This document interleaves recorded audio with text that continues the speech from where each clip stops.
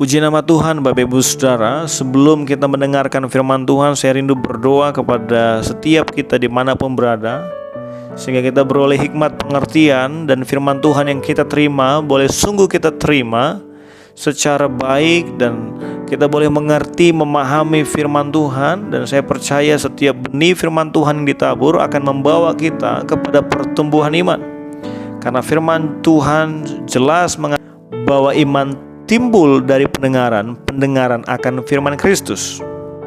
Mari kita sama-sama berdoa. Bapa yang baik yang kami sembah di dalam Yesus Kristus, kami sungguh percaya bahwa hari ini kami boleh ada semuanya oleh karena anugerah Tuhan saja. Kami berdoa di dalam nama Tuhan Yesus, biarlah kiranya hikmat pengertian dinyatakan dalam hidup kami, sehingga kami boleh sungguh menjadi pelaku firman-Mu.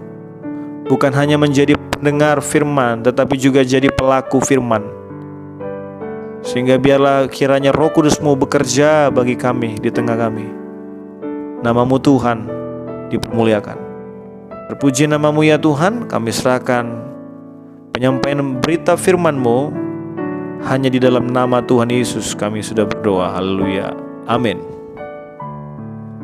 Firman Tuhan hari ini terambil dalam Matius pasal 4 ayat yang pertama sampai ayat yang ke-11.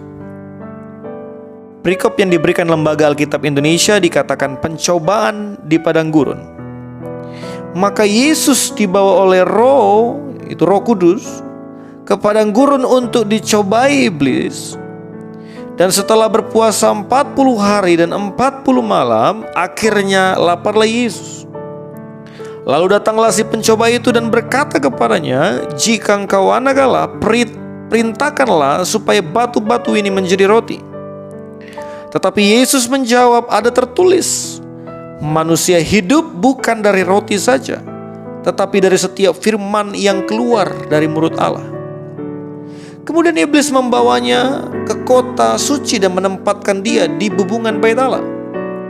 Lalu berkata kepadanya, "Jika engkau anak Allah, jatuhkanlah dirimu ke bawah, sebab ada tertulis mengenai engkau, ia akan memerintahkan malaikat-malaikatnya, dan mereka akan menatang engkau di atas tangannya, supaya kakimu jangan terantuk kepada batu."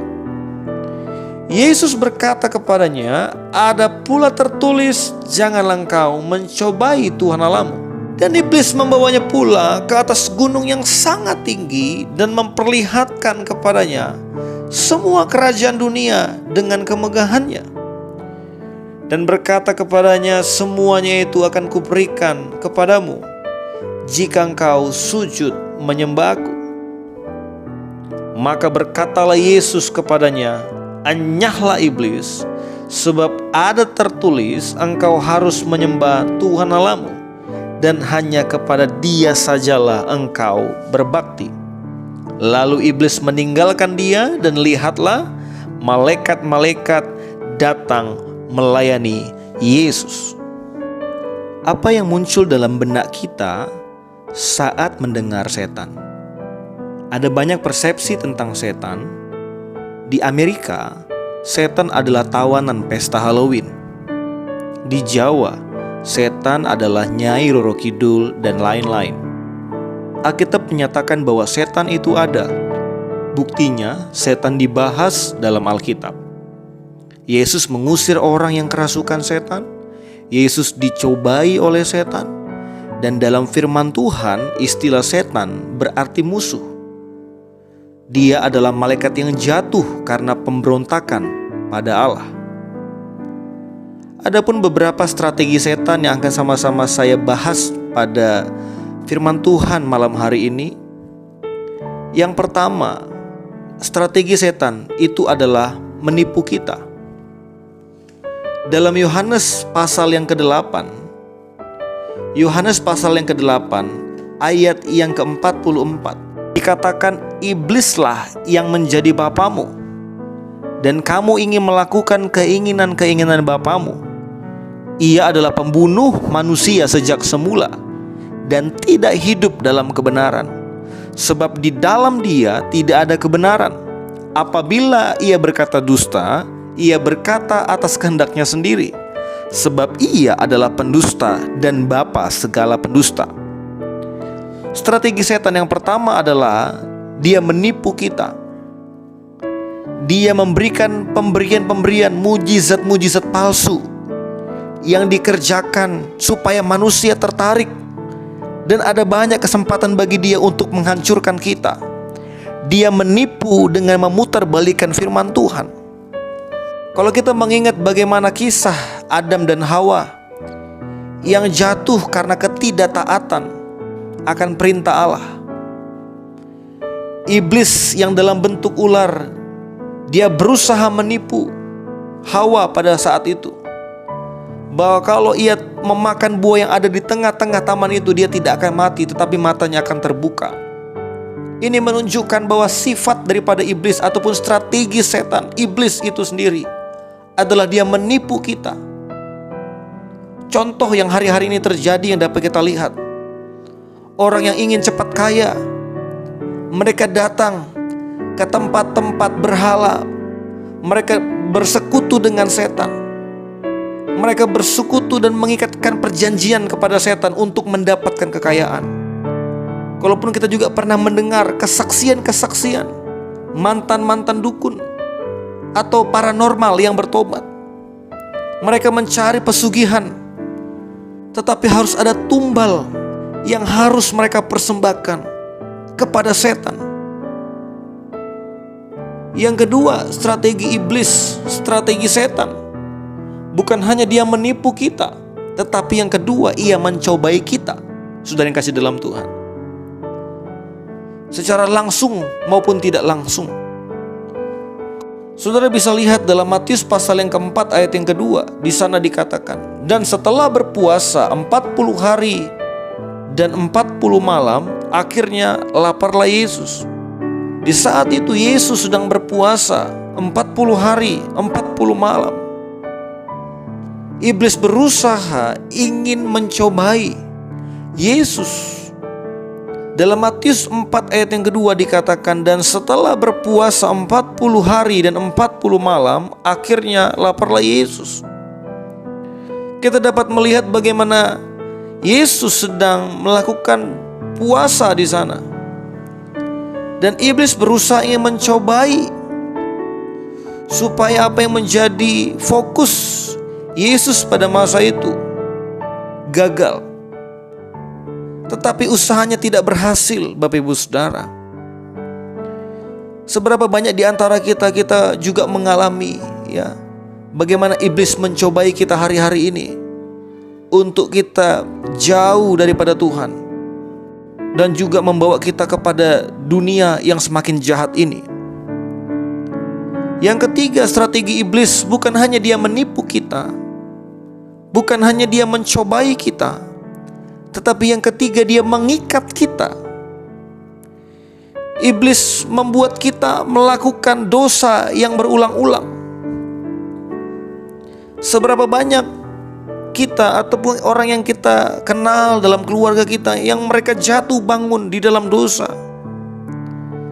Karena inilah strategi iblis yang ketiga, dia berusaha untuk mengikat setiap orang-orang percaya untuk mereka boleh jatuh melakukan dosa yang berulang-ulang. Yang keempat, strategi iblis, strategi setan adalah ia menuduh kita dengan cara memunculkan pikiran-pikiran yang negatif dalam hidup kita. Dia mengintimidasi setiap hidup kita. Dia mulai mengingatkan hal-hal yang masa lalu, hal-hal yang lalu. Dia mulai mengintimidasi, dia mulai menuduh kita, mendakwa kita, sehingga kita mulai merasa gak layak datang kepada Tuhan. Strategi yang kelima daripada setan adalah dia membuat perselisihan. Dan yang keenam selanjutnya, strategi setan adalah dia merampas firman Allah yang ditaburkan. Dia merampas setiap benih firman yang sudah kita dengar, sehingga begitu banyak firman Tuhan yang kita dengar, kita tidak dapat lakukan dalam setiap hidup kita, karena dia sudah merampas setiap benih firman Allah yang sudah kita terima. Yang jadi pertanyaannya adalah, kuasa setan itu dahsyat atau tidak? Tapi saya mau katakan bahwa kuasa Allah itu lebih dahsyat lagi daripada setiap kuasa setan. 1 Petrus 5 ayat yang ke-8 menyatakan bahwa setan selalu berjuang 24 jam untuk menghancurkan kita dengan segala tipu dayanya.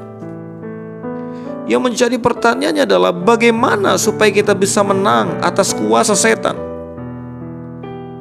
Kita akan sama-sama belajar daripada teladan ataupun pengalaman Yesus dalam menghadapi setan ataupun iblis, Bapak Ibu Saudara. Hal yang pertama, saudara bisa lihat di dalam Matius 4 ayat yang pertama, dikatakan di sana, maka Yesus dibawa oleh Roh ke padang gurun untuk dicobai iblis. Hal yang pertama, bagaimana supaya kita bisa menang atas kuasa setan? Yang pertama adalah kita harus penuh dengan Roh Kudus. Dikatakan di sini, maka Yesus dibawa oleh Roh. Kalau kita bandingkan dalam Lukas 4 ayat yang pertama, dikatakan maka Yesus dibawa ataupun dipimpin oleh Roh Kudus ke padang gurun untuk dicobai iblis. Kisah ini terjadi setelah pembaptisan Yesus. Setelah Yesus diurapi, Roh Kudus itu lebih dahsyat dari segala sesuatu. Roh Kudus itu lebih dahsyat daripada setiap kuasa setan. Ya, iblis takut kepada orang-orang yang penuh dengan Roh Kudus.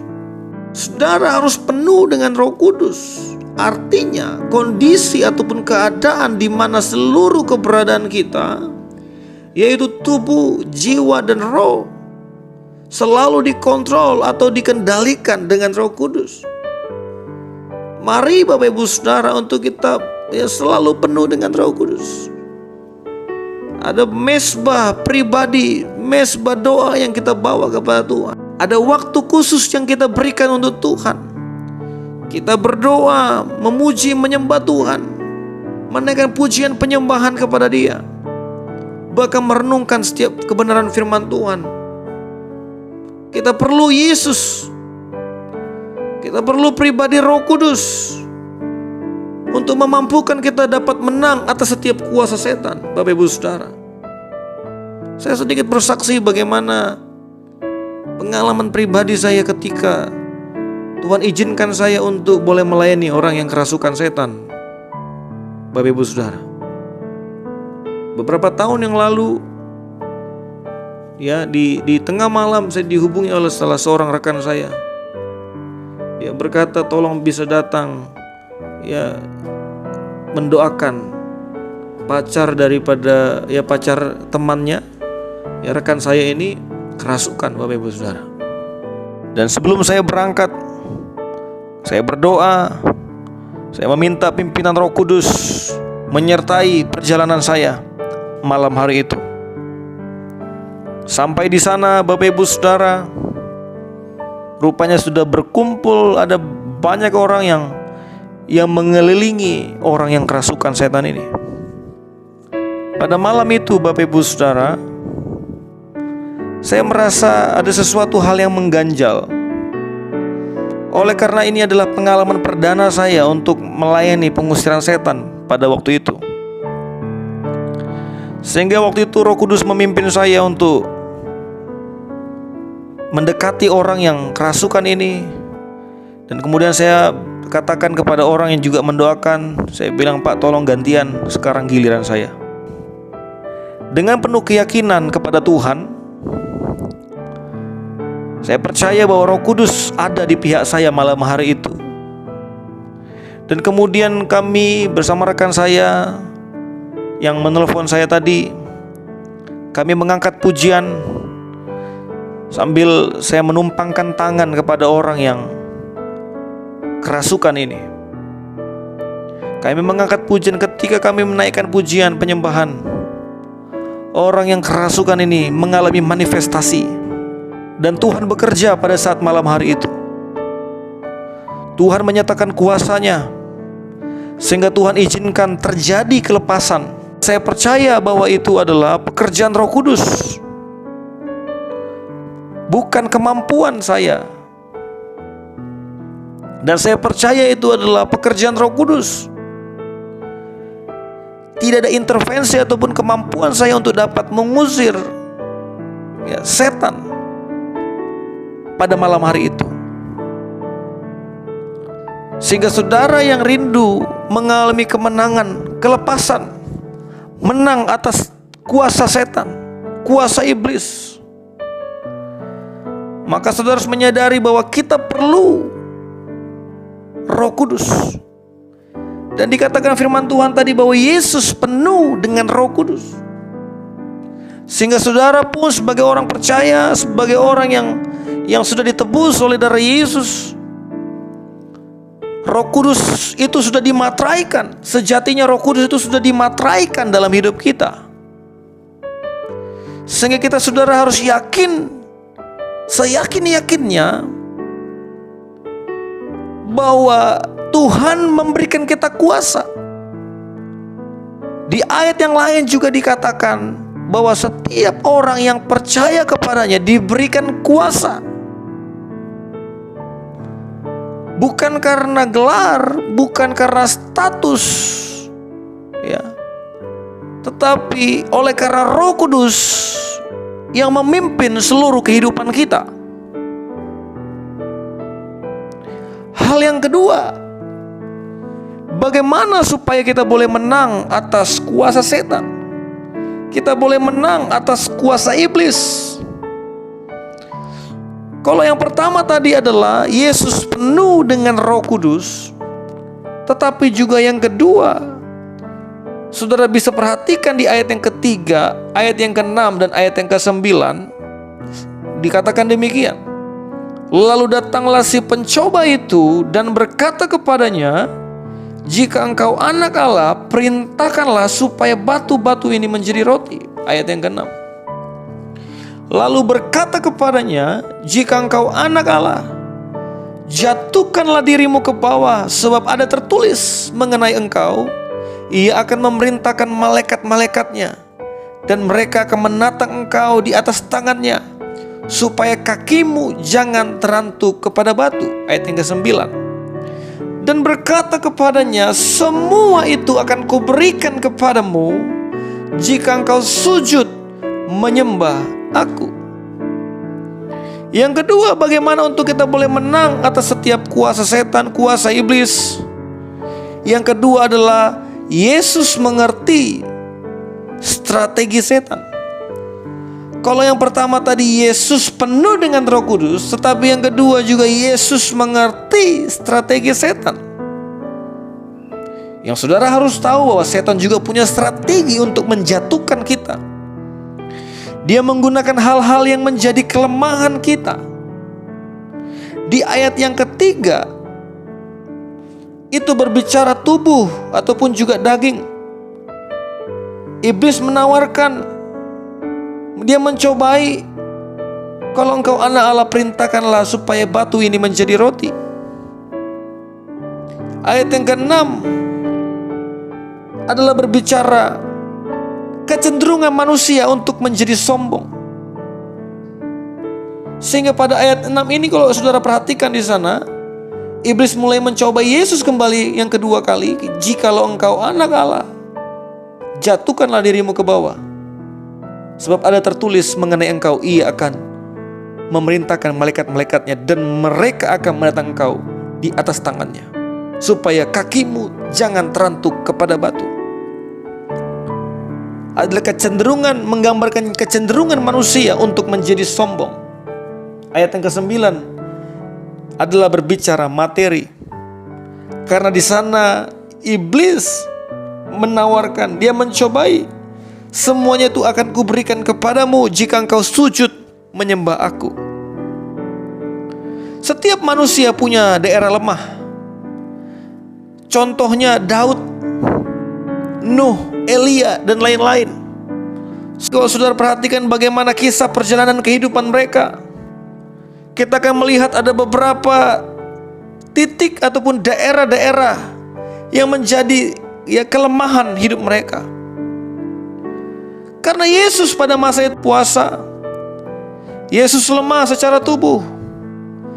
Kemudian setan datang memakai strateginya untuk menjatuhkannya, untuk mengubah batu menjadi roti. Karena memang pada masa itu iblis tahu bahwa Yesus sedang berpuasa.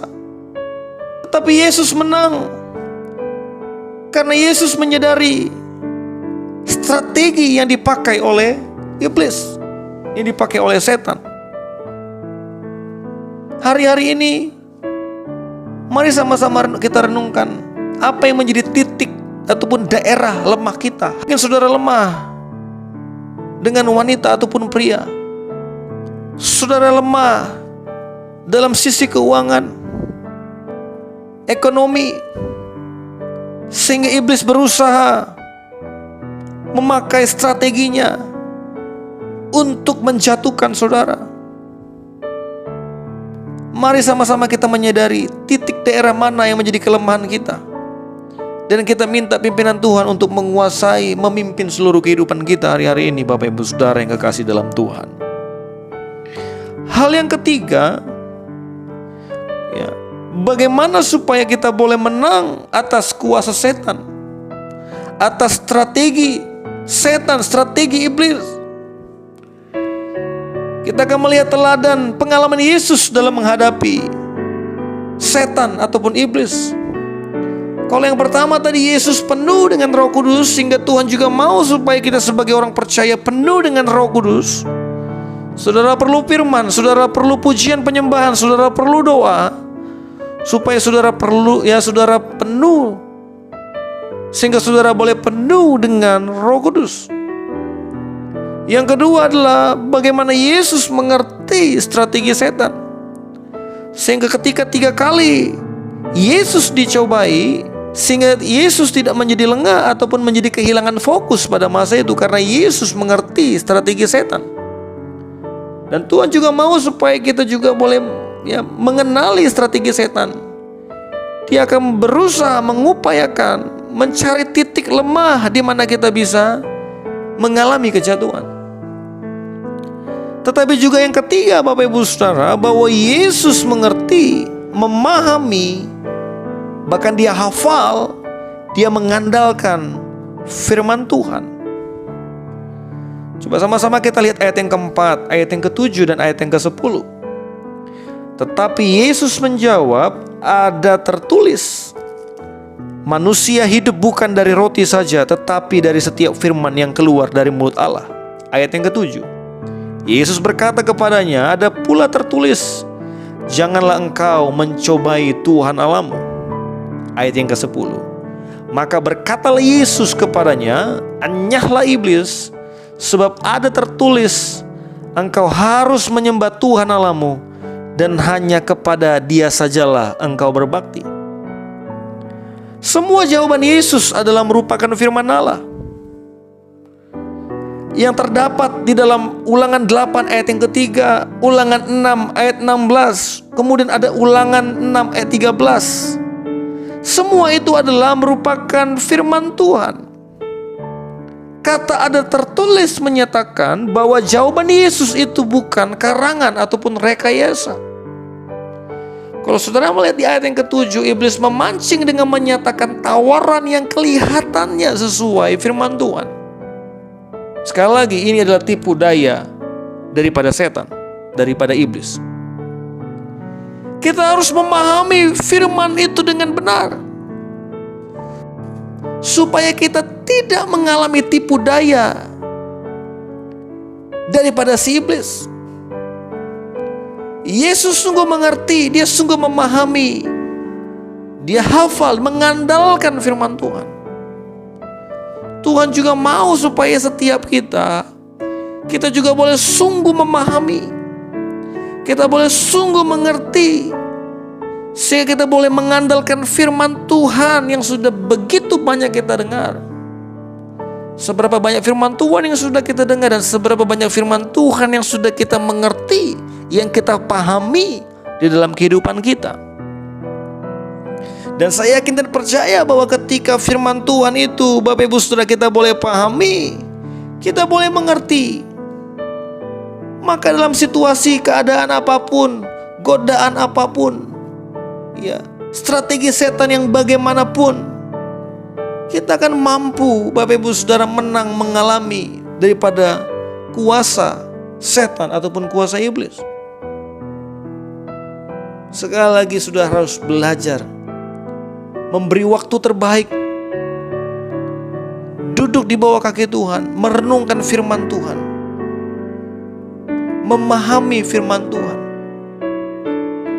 Sehingga di satu lagu mengatakan, ku renungkan firman-Mu siang dan malam, ku pegang perintah-Mu dan ku lakukan. Artinya apa Bapak Ibu Saudara? Kalau saudara rindu ingin mengerti, memahami, saudara harus sungguh-sungguh memiliki hati, memiliki gairah di dalam setiap perenungan firman Tuhan, dalam setiap ibadah-ibadah. Bahkan dalam saat-saat teduh pribadi kita, ada mesbah keluarga yang kita bangun, sehingga firman Tuhan yang masuk terus dalam hidup kita. Kita mulai renungkan, kita mulai pahami betapa hebat, betapa dahsyatnya kuasa Tuhan. Betapa hebat, betapa besarnya kuasa firman Tuhan itu. Mari Bapak Ibu Saudara yang kasih dalam Tuhan, saya percaya bahwa Tuhan akan bawa kita kepada kemenangan demi kemenangan atas setiap kuasa setan yang terjadi hari-hari ini mendekat kedatangan Tuhan kali kedua. Iblis mulai berusaha supaya di hari-hari terakhir ini, bahwa ada begitu banyak orang yang hidup percaya kepada Kristus, mereka mulai berpaling dan meninggalkan Tuhan Yesus. Beberapa hari ini secara pribadi saya dikagetkan juga, karena ada seorang rekan, ya, yang saya tahu dia adalah orang yang luar biasa, melayani Tuhan dengan dahsyat luar biasa. Tapi kemudian dia meninggalkan imannya di dalam Yesus, oleh karena sesuatu hal yang sifatnya sementara saja. Ya. Dan ini adalah tujuan iblis, supaya setiap orang-orang yang percaya, supaya setiap orang-orang yang hidup di dalam Tuhan meninggalkan iman percayanya, berpaling meninggalkan kasihnya yang semula. Bapak Ibu Saudara perlu Yesus. Bapak Ibu Saudara perlu pribadi Roh Kudus sebagai parakletos yang menolong saudara, menjadi penolong dalam hidup saudara. Yang kedua, bagaimana supaya kita menang? Sebagaimana Yesus mengerti strategi setan, Tuhan juga mau kita juga boleh mengerti setiap strategi setan. Dia mencari titik di mana kelemahan kita, sehingga kita mulai jatuh, sehingga kita mulai meninggalkan Tuhan. Dan kemudian kita mulai jauh berpaling daripada Tuhan. Yang ketiga adalah Yesus mengerti, Yesus memahami, dia hafal, bahkan mengandalkan firman Tuhan. Karena dari setiap godaan yang dikerjakan oleh pada setan, daripada iblis, Yesus selalu menjawab bahwa ada tertulis. Saya rindu Bapak Ibu Saudara boleh terus memberi waktu, memberi hidup saudara lebih lagi, lebih intim lagi di hadapan Tuhan, supaya saudara dibawa Tuhan, melihat cara Tuhan bekerja dengan luar biasa. Saudara, keluarga saudara ada dalam proteksi yang daripada Tuhan. Saudara menjadi pribadi-pribadi yang berkemenangan atas setiap kuasa setan, karena kuasa yang ada di dalam Tuhan kita Yesus Kristus adalah kuasa yang luar biasa, bahwa kuasa Yesus itu lebih besar, lebih dahsyat daripada kuasa-kuasa yang ada di dalam dunia ini. Demikianlah firman Tuhan pada saat hari ini. Biar damai sejahtera Allah menyertai setiap kita dimanapun saudara berada. Dan saya percaya Tuhan akan membawa kita kemenangan demi kemenangan atas setiap pekerjaan setan, pekerjaan iblis. Nama Tuhan dipermuliakan. Shalom. Tuhan Yesus memberkati.